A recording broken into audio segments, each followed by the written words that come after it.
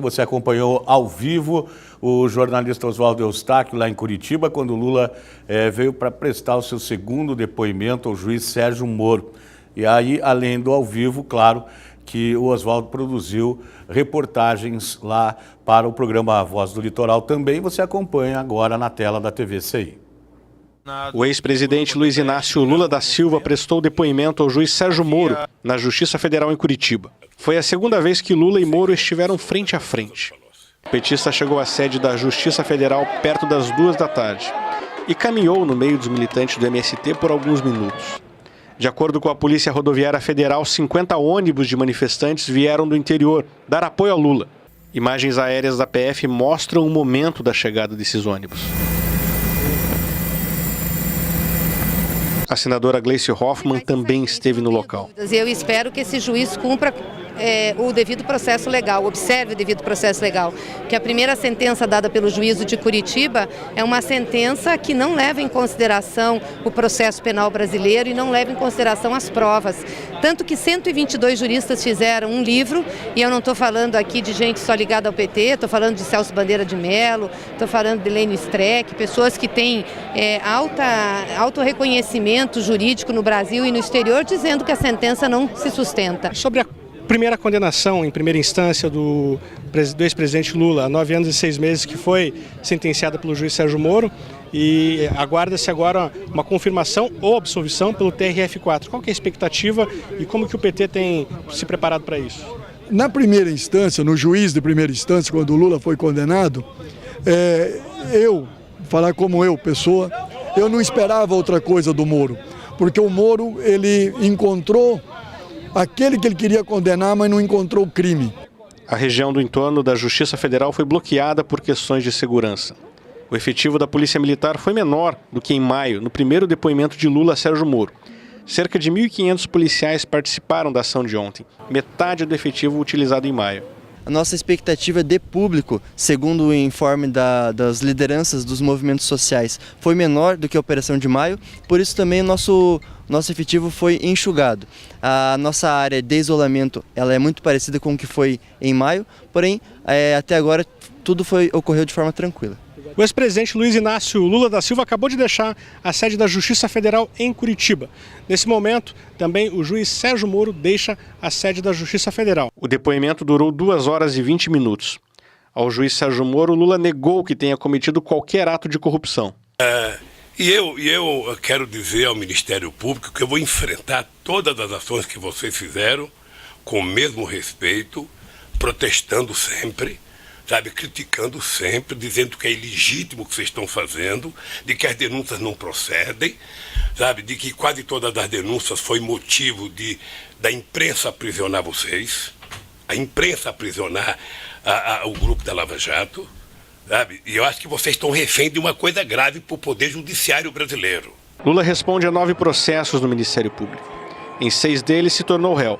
Na ação referente ao depoimento de ontem, Lula é acusado de ter recebido 13 milhões de reais em propina da Odebrecht, por meio de um terreno do Instituto Lula e também de um apartamento. Em meio a tanta turbulência no meio político, o povo brasileiro só quer o fim da impunidade. Ninguém vai ficar impune. O Lula, como o Temer, todos estão com a cordinha no pescoço. Todos vão ser presos e precisamos de uma limpeza no país. É isso que a gente espera do juiz Sérgio Moro. E nós estamos com ele. Jamais desistiremos do país. Vamos melhorar, vamos melhorar, vamos melhorar. Eleitor brasileiro e a população. Na democracia é patroa e patrão. Vamos melhorar, vamos melhorar, vamos melhorar. Juiz Sérgio Moro, ele é gente boa e o nosso Brasil, ele tem que mudar o que é que há. Vamos melhorar, vamos melhorar, vamos melhorar. Quem paga o imposto é a nossa gente, que está sofrendo muito. Vamos melhorar. Aí a manifestação toda 12h44, o jornalista Oswaldo Eustáquio está aqui justamente para comentar. Oswaldo, até quero te dar parabéns. Tudo bem, meu querido? Tudo bem. Porque cada reportagem, a gente sabe, tem um grau de dificuldade. E eu percebi aqui no ar-condicionado, no conforto do estúdio, a dificuldade que vocês tinham ontem lá para conseguir informações pelo cordão que foi montado, inclusive o Ninja se virou nos 30 para trazer imagens do Lula chegando. Enfim, parabéns pelo trabalho de vocês dois. Gostaria que você comentasse tudo isso que a gente viveu aí ontem em Curitiba.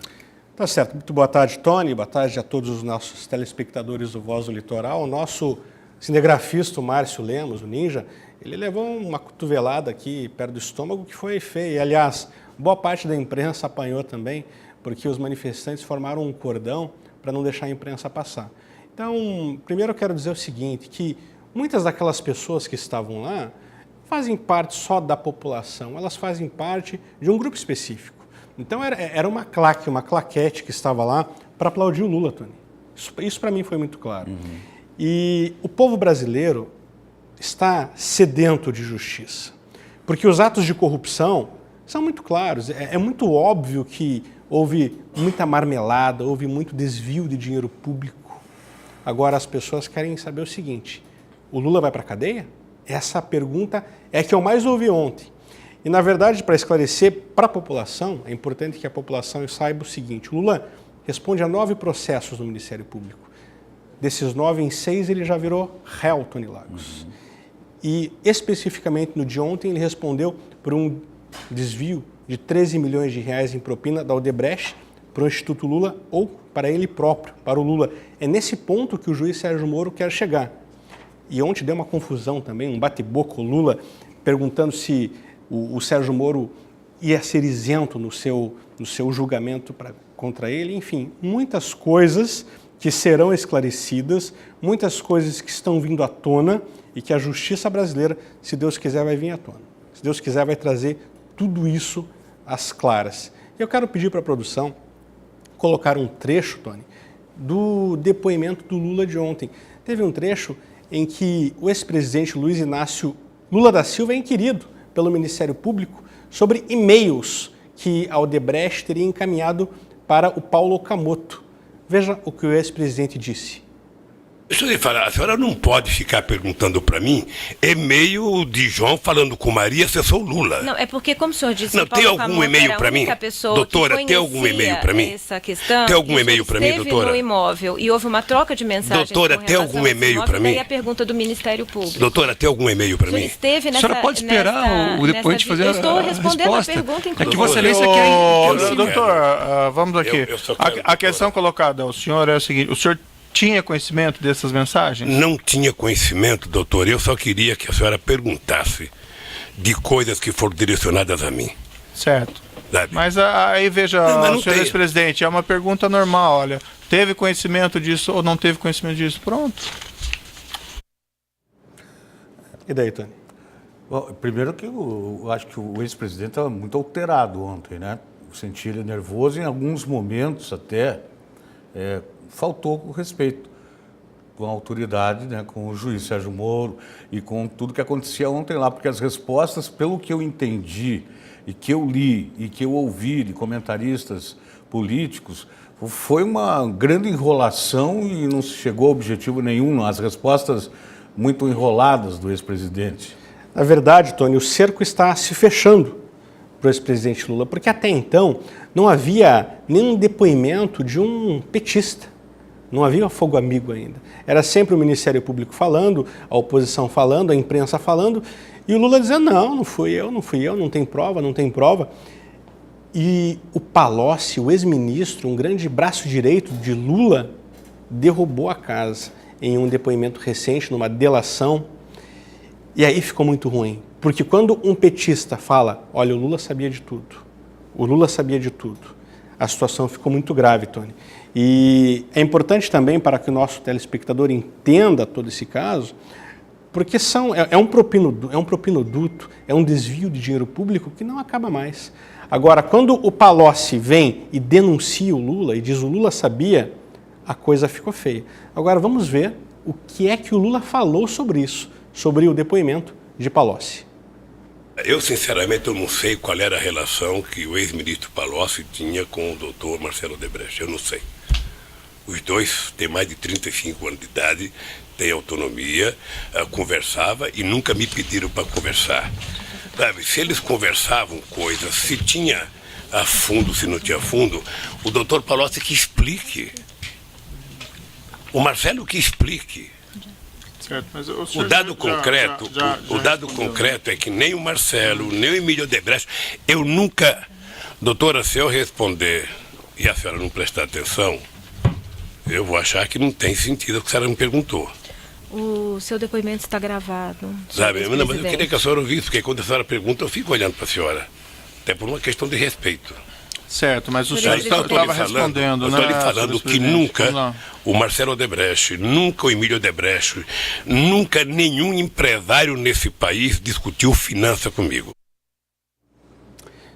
É isso aí, Tony. E olha só, então para contextualizar bem o nosso telespectador, esse depoimento do Lula ao Sérgio Moro foi sobre esses 13 milhões de propina da Odebrecht, mas Lula já foi condenado em primeira instância pelo próprio juiz Sérgio Moro.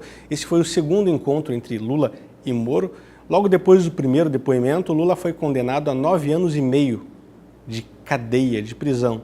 Mas essa condenação ela foi em primeira instância, pela Justiça Federal de Curitiba.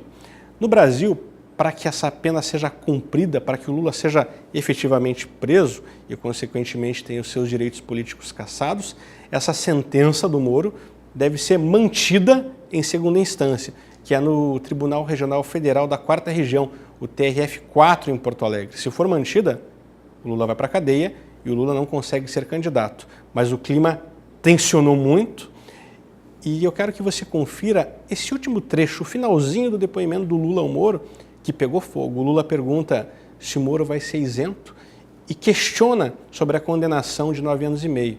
E o Moro fala assim, olha, não é muito bom a gente falar sobre isso. O pau comeu. Veja como foi.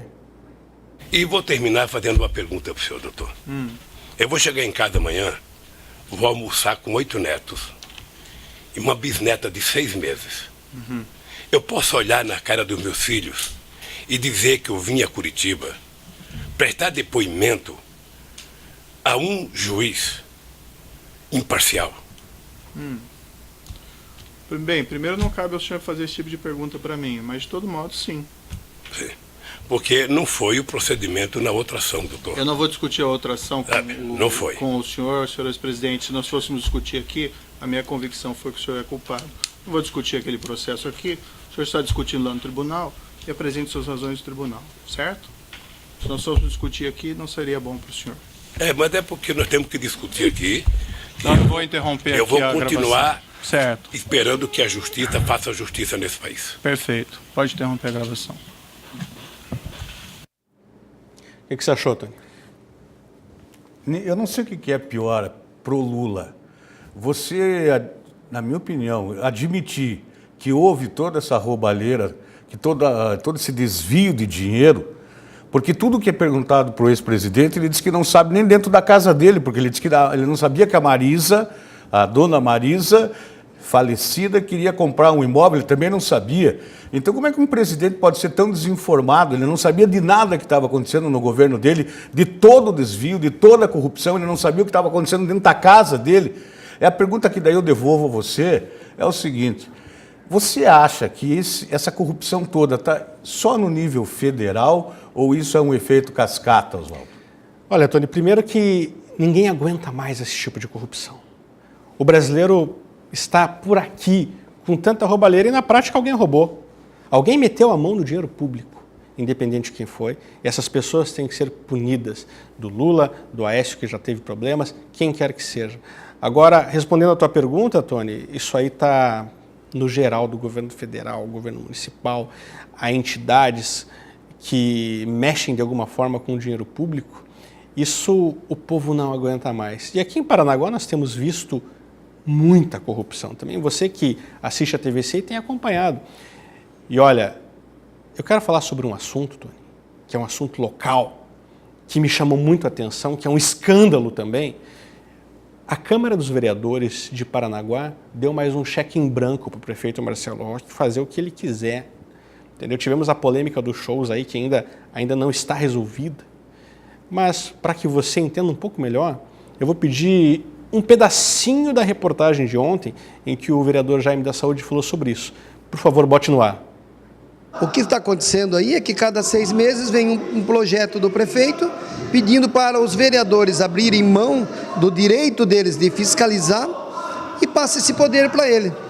E agora há pouco mesmo foi votada uma lei que tirou os poderes do prefeito e transferiu para nós. Quer dizer, uma incoerência muito grande, porque quando o pepino é grande, o prefeito joga para a Câmara de Vereadores. E quando o negócio é o filé mignon, ele pega e leva para ele. Olha aí, gente, vocês ouviram bem o vereador Jaime da Saúde falar?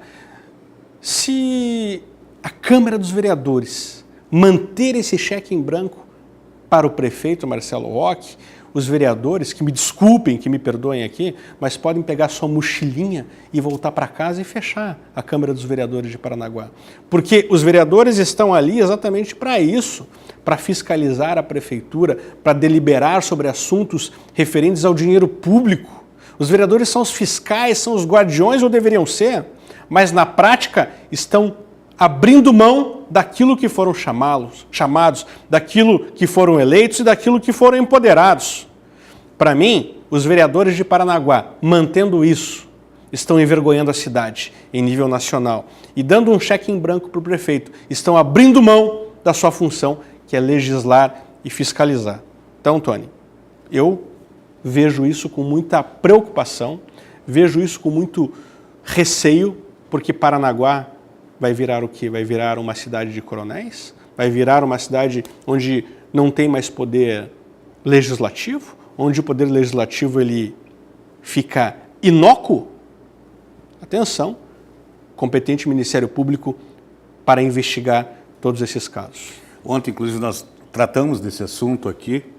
E eu falei o seguinte, em determinado momento, que parece, alguns vereadores me parece, lembra aqueles álbuns de figurinha que tinha? Né? Claro. Alguns vereadores, na verdade, eles são só figurantes ali. Porque eu não vejo eles darem uma entrevista, eu não vejo eles se manifestarem nada. A TVCI está sempre lá cobrindo todas as sessões. Eu não vejo eles nem ocupar o púlpito lá da Câmara para poder se manifestar com alguma coisa. Eles só ficam lá sentadinhos, olhando para o computador, como se estivessem pesquisando alguma coisa para aparecer na imagem. Isso é complicado. E tem um outro pepino aí, que é a questão do TAC. O termo de ajustamento de conduta que mexe com dos servidores municipais. Esse vai dar um rolo, Tony. Vamos falar daqui a pouquinho sobre isso? Vamos falar com os vereadores? Vamos. Então, tá bom. Acho que o Jaime da Saúde deve estar aí e o Adriano Ramos também, né? Depois do intervalo? Depois do intervalo, então. Vamos lá. Vamos fazer um intervalinho rápido e a gente já volta para falar sobre mais uma polêmica aí na Câmara de Vereadores.